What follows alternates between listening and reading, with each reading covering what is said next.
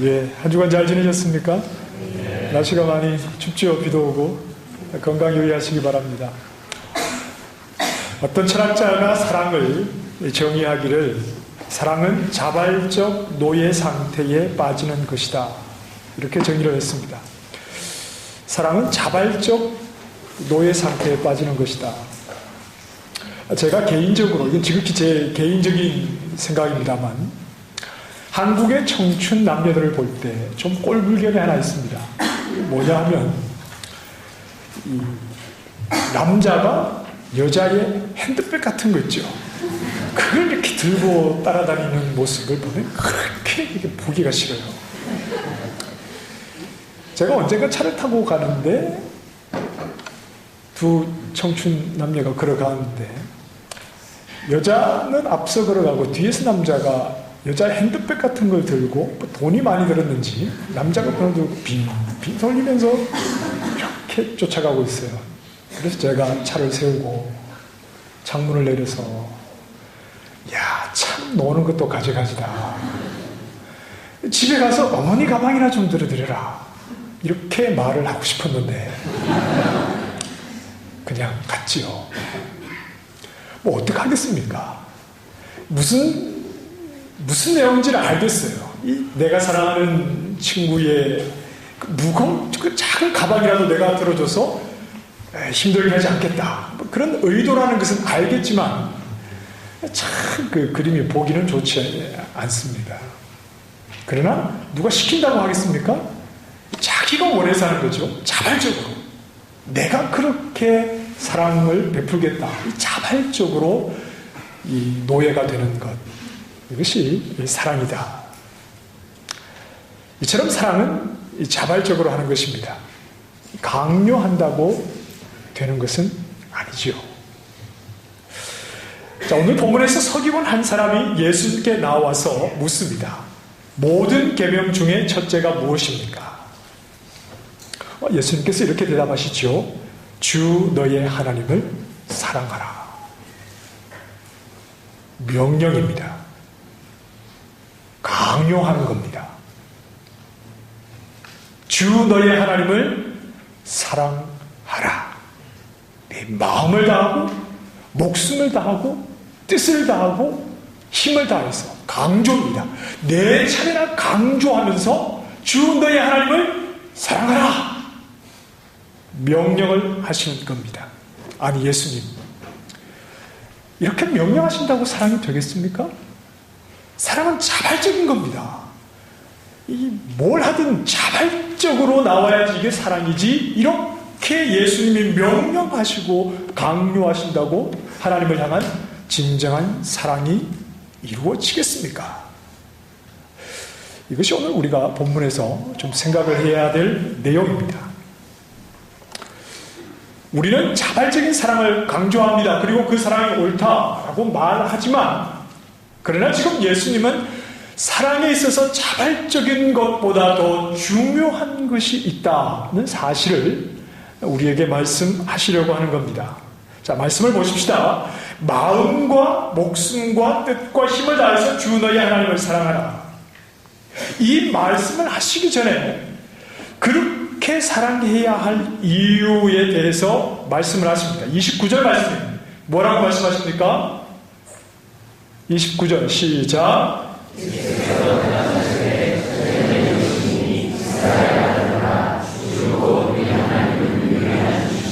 주 곧 우리 하나님은 유일한 주시라.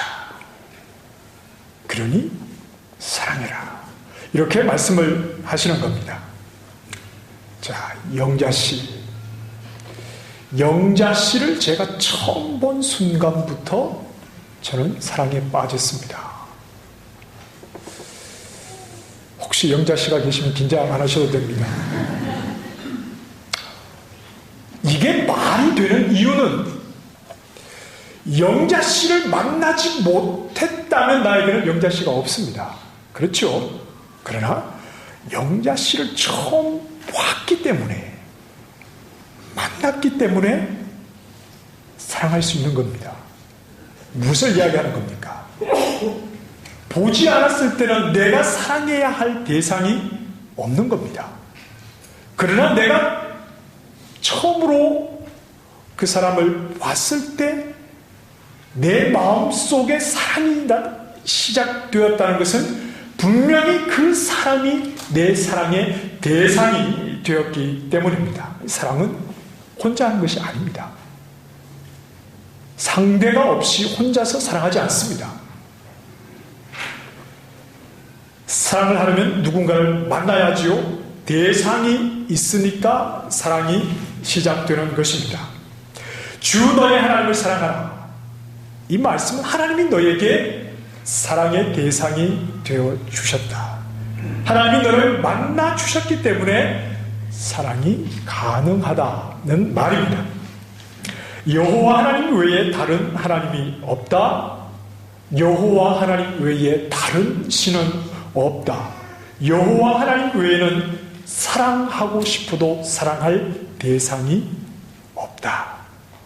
하나님 밖에서는 사랑은 이루어질 수가 있을까요? 없을까요? 없죠. 대상이 없는데 어떻게 사랑합니까? 여자들은 가끔씩 사랑을 확인하고 싶어 합니다. 그래서 자기, 나 사랑해? 이렇게 묻습니다. 물어줄 때가 고마운 거죠. 그렇게 물으면 부지런히 대답해야 됩니다. 나는 자기밖에 없어. 자기만 사랑해. 대답하고 싶어도 안 물어주면 대답을 못하는 겁니다. 부지런히 대답하시기 바랍니다. 자기나 사랑해. 나에게만 관심을 가지라는 말이죠. 다른 것을 사랑의 대상으로 삼지 말고 나만 사랑의 대상으로 삼으라는 말이죠. 그래서 사랑이 가능합니다. 자기, 나를 사랑해. 이게 사랑이 이루어지는 조건이라는 말이죠. 자, 우리가 잘 아는 요한복음 3장 16절에 여러분 앞부분 한번 같이 해보실까요? 하나님이 세상을 이처럼 사랑하사 독생자를 거기까지. 하나님이 세상을 이처럼 사랑하사 독생자를 주셨습니다. 하나님이 사랑하십니다. 누구를요? 대상이 누굽니까? 대상이 누구죠? 세상을이죠. 하나님이 세상을 이처럼 사랑하사. 그렇다면 여기서 대상을 한번 빼봅시다.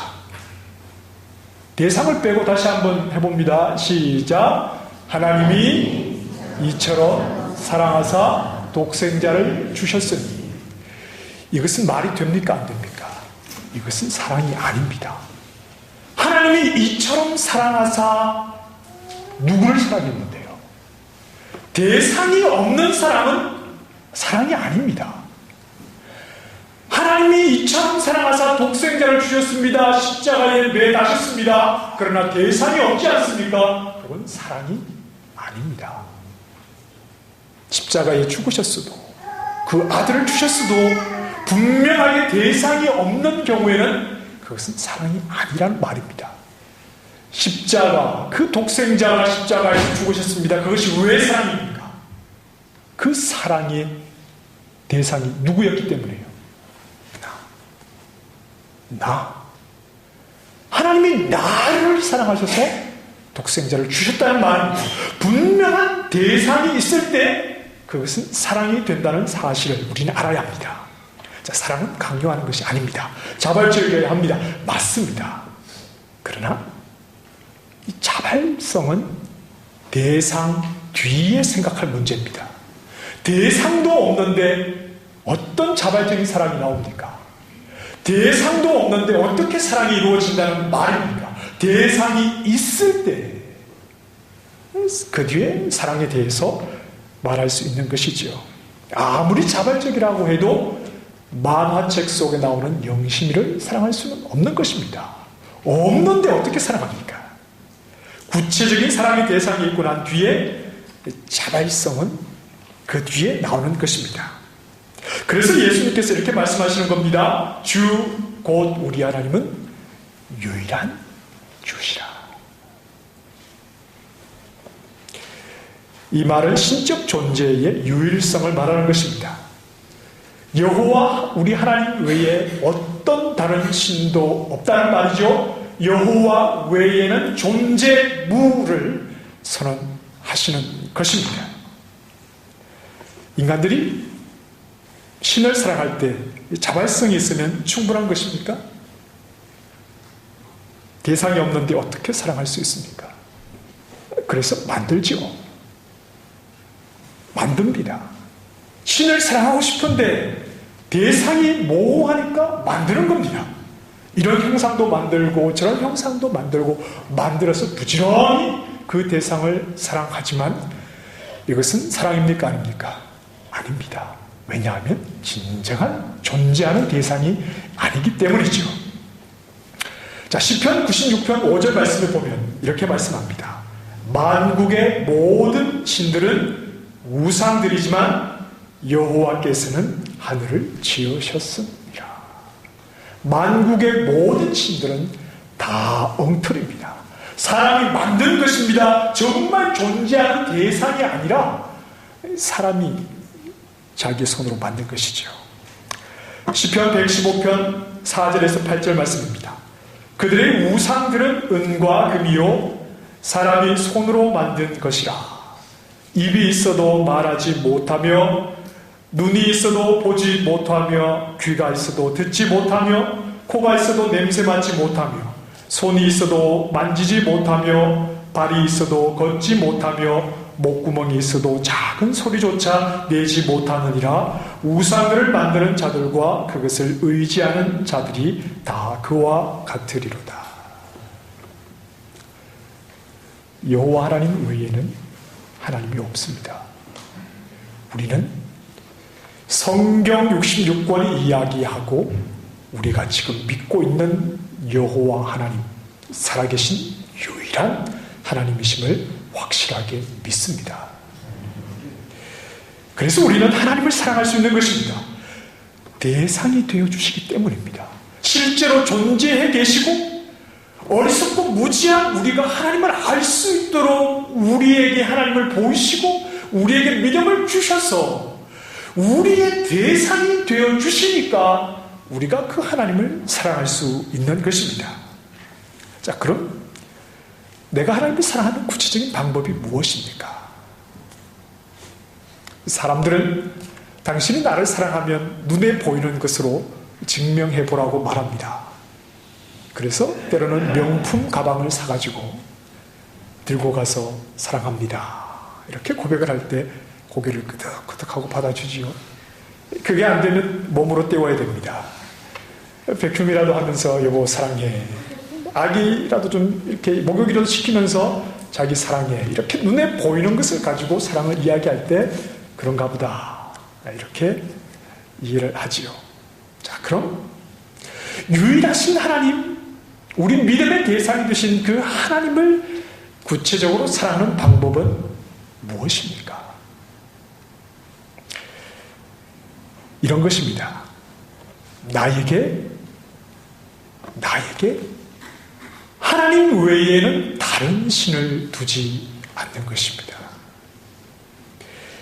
나를 위해서 새긴 우상을 만들지 않고 위로 하늘에 있는 것이나 아래로 땅에 있는 것이나 땅 아래에 있는 것에 어떤 땅 아래 물속에 있는 어떤 형상도 만들지 않고 그것들에게 절하지 않고 그것들을 마치 하나님을 섬기듯이 마치 살아계신 신을 섬기듯이 그것들에게 가서 절하지 않고 섬기지 않는 것, 그것이 바로 하나님을 사랑하는 구체적인 방법입니다. 십계명의 내용이지요. 무엇을 말하는 겁니까? 하나님을 사랑하는 구체적인 방법이 무엇입니까? 하나님 한 분밖에 없습니다 라고 하는 그 중심을 잃지 않고 살아가는 것, 그것이 하나님을 사랑하는 구체적인 방법. 눈에 보이게 무언가를 하기보다 내 마음 중심이 하나님 외에는 다른 신은 없습니다, 이 중심을 하나님 앞에 항상 가지고 살아가는 것, 이것이 하나님을 사랑하는 가장 구체적인 방법입니다. 하지만 이것은 그리 간단한 문제가 아닙니다. 믿음의 대상으로 여호와 하나님만을 인정하십니까? 아멘, 그렇습니다. 그런데 그런지, 정말 그런지 안 그런지가 모호하지요. 그래서 나의 믿음의 대상은 오직 살아계신 유일하신 분 여호와 하나님 한 분뿐입니다. 이것을 우리는 예배로 확인을 하려고 합니다. 내가 하나님께 드리는 구체적인 예배 행위를 가지고 나는 하나님만을 나의 믿음의 대상, 내가 진실로 사랑하는 사랑의 대상으로 삼고 있습니다. 이렇게 보이려고 하는 것입니다. 이것은 옳습니다. 틀린 것은 아닙니다. 그러나 이것은 또 나를 속일 수도 있는 것입니다. 내가 하나님을 사랑해서 예배를 드린 것이 아니라 내가 하나님은 한 분밖에 없는 줄 알아 그 하나님께 내 믿음을 고백하며 예배를 드린 것이 아니라 내가 예배를 드렸기 때문에 나는 하나님을 사랑한다 라고 생각할 수 있다는 겁니다. 내가 예배 자리에 앉아 있었기 때문에 나는 무조건 하나님을 사랑하는 사람이다, 이렇게 생각할 수도 있다는 것입니다. 겉으로는 똑같아 보이기 때문입니다. 정말 하나님을 사랑해서 하나님을 인정하고 하나님밖에 없어서 하나님을 예배할 수도 있지만 그저 예배 자리에 앉아있는 것으로 하나님을 사랑하는 것처럼 그렇게 드러날 수 있지만 겉으로는 똑같아 보이지만 중심은 크게 다를 수 있다는 것입니다. 그래서 우리가 하나님을 향해서 우리의 중심을 드리는 것은 주일날 예배당 안에서 나의 겉모습으로만 확인해서는 안 되는 것이지요.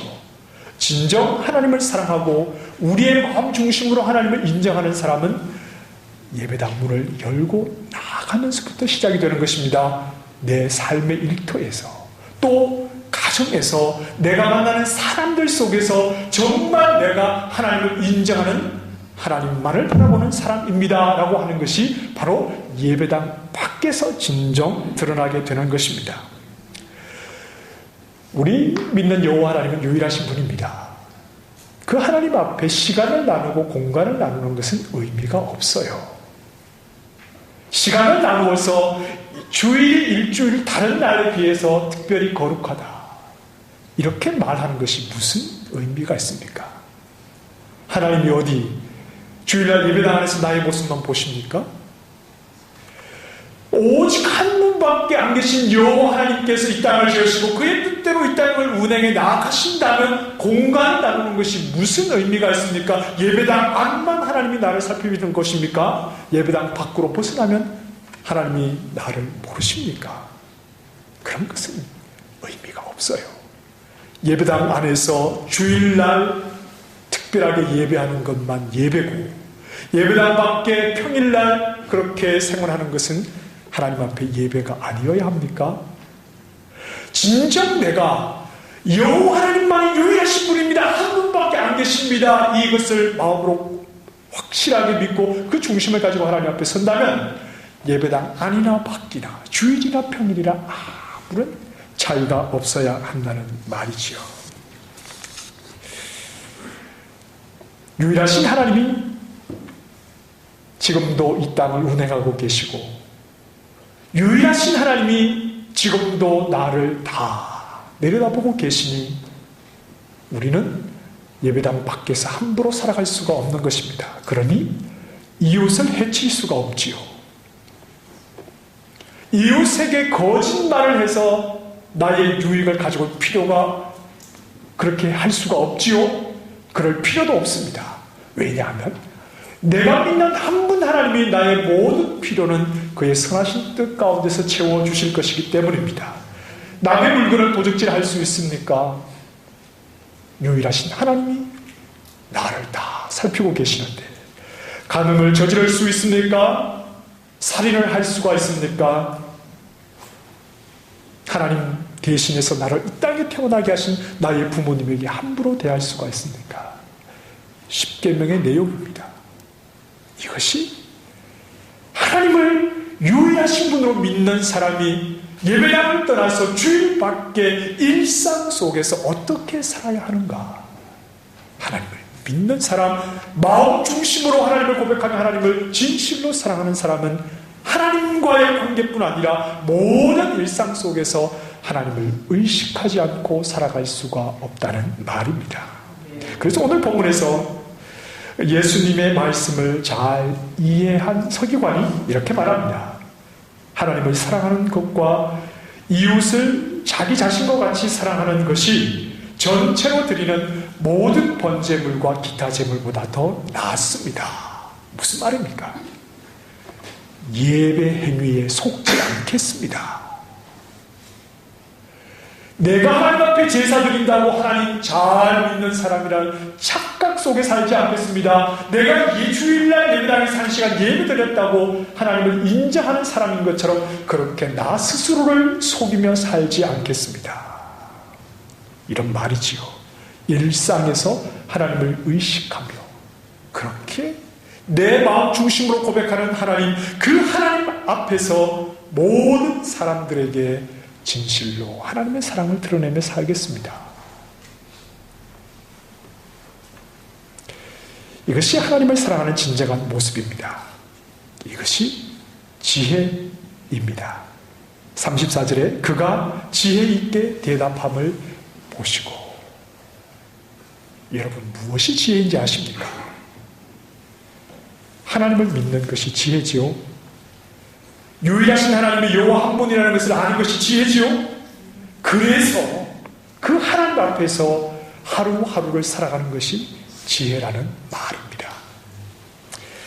지혜 있다는 말은 마음으로 이해했다는 말입니다. 깨달았다는 말입니다. 이것을 다르게 표현하면 똑똑하다는 말입니다. 똑똑하다는 것은 남이 하지 못하는 것을 가리켜 똑똑하다라고 말하는 겁니다. 그렇죠? 이야기를 한 가지 하고 마치겠습니다. 제가 어디 책을 읽다 보니까 이 새 가운데 똑똑한 새가 까마귀래요. 이 까마귀가 생긴 건 시커멓게 생겨서 좀 보기가 그렇지만 이 까마귀가 아주 똑똑하답니다. 그래서 자기에게 해코지하거나 이렇게 한 사람의 얼굴을 기억하고 딱딱한 열매를 잡고 가다가 떨어뜨린대요, 그 사람에게. 우리 교회 주변에도 까마귀들이 많지요. 혹시 주일날 예배를 마치고 집에 갈 때는 유독 내 차에 똥을 많이 쌌다. 한번 잘 생각해 보시기 바랍니다. 내가 언젠가 까마귀에 돌을 던진 적이 없는지 잘 생각해 보시기 바랍니다. 자, 똑똑하다는 것은 하지 못하는 것을 하는 것입니다. 다른 새들은 호두를 까먹을 수가 없답니다. 그런데 까마귀는 호두를 까먹는데요. 어떻게 까먹느냐 하면 도심에 있는 까마귀들이 빨간 신호등에 차들이 서 있을 때 바퀴 밑에다 호두를 갖다 놓는답니다. 실제로 그렇답니다. 그래서 차가 지나간 뒤에 바퀴에 깨진 호두 알맹이를 얘들이 먹는 거예요. 여러분 교회 오시는 길에 까마귀가 길가에서 막 이러고 있습니까? 아, 저것들이 죽으려고 저러나? 이런 생각을 하실지 모르겠지만 어쩌면 내 자동차 바퀴 밑에 뭔가를 넣어놓고 걔들이 나를 이용하는 건지도 모릅니다. 자, 똑똑하지요. 남들이 하지 못하는 것을 하는 겁니다. 여러분 똑똑하십니까? 지혜로우십니까? 그렇다면 세상이 하지 못하는 것을 해야 합니다.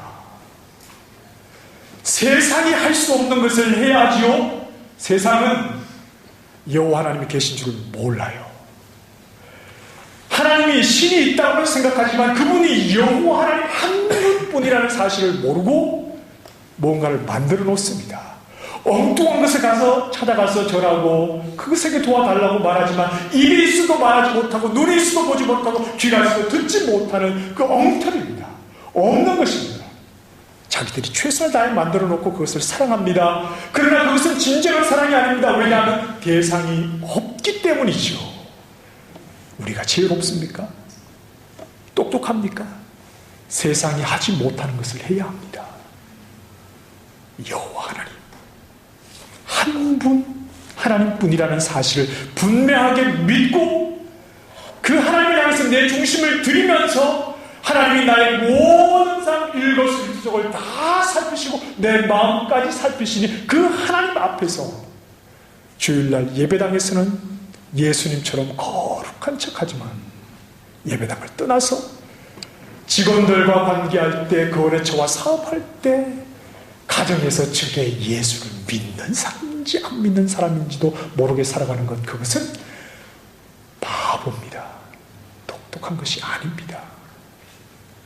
유일하신 하나님을 인정하며 하루하루 숨쉬며 살아가는 것, 그것이 바로 세상이 하지 못하는 참 지혜의 사람의 모습이라는 것을 반드시 기억하시기를 바랍니다.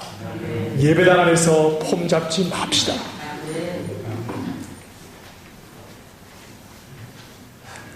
폼 잡지 말아요. 진정 하나님을 사랑하는 사람, 나의 대상으로 하나님을 인정하는 사람은 식사할 때부터입니다. 뒷사람 좀 생각해서 좀 남겨줘요. 특히 고기 나올 때. 만날 우리 아이들 와가지고 없어가지고 그냥 고기 국물하고 밥 먹는 거 모르십니까? 하나님 앞에서 살아가면 됩니다. 걱정하지 마시고 너무 나를 위해서 이기적으로 살아가지 마시고 한 분 하나님을 믿는다면 예배를 마친 이후에 하루하루 그렇게 하나님 앞에서 살아갈 수 있기를 바랍니다. 순간순간 하나님을 고백하는 하루하루 모든 시간이 행복한 시간, 주님을 사랑하는 시간이 되기를 주님의 이름으로 축원합니다. 하나님, 한 분 여호와 하나님이 우리의 대상이 되셔서 하나님을 사랑하고 하나님을 믿고 하나님 앞에서 하루하루 살아가게 되었습니다. 모든 일상 속에서 하나님을 고백하게 하여 주시고 늘 하나님 앞에서 세상과 구별되어 살아가는 하나님을 진실로 사랑하는 주의 종 되게 하여 주시옵소서. 예수님 이름으로 기도합니다. 아멘. 다 함께 일어나셔서 찬송하겠습니다. 찬송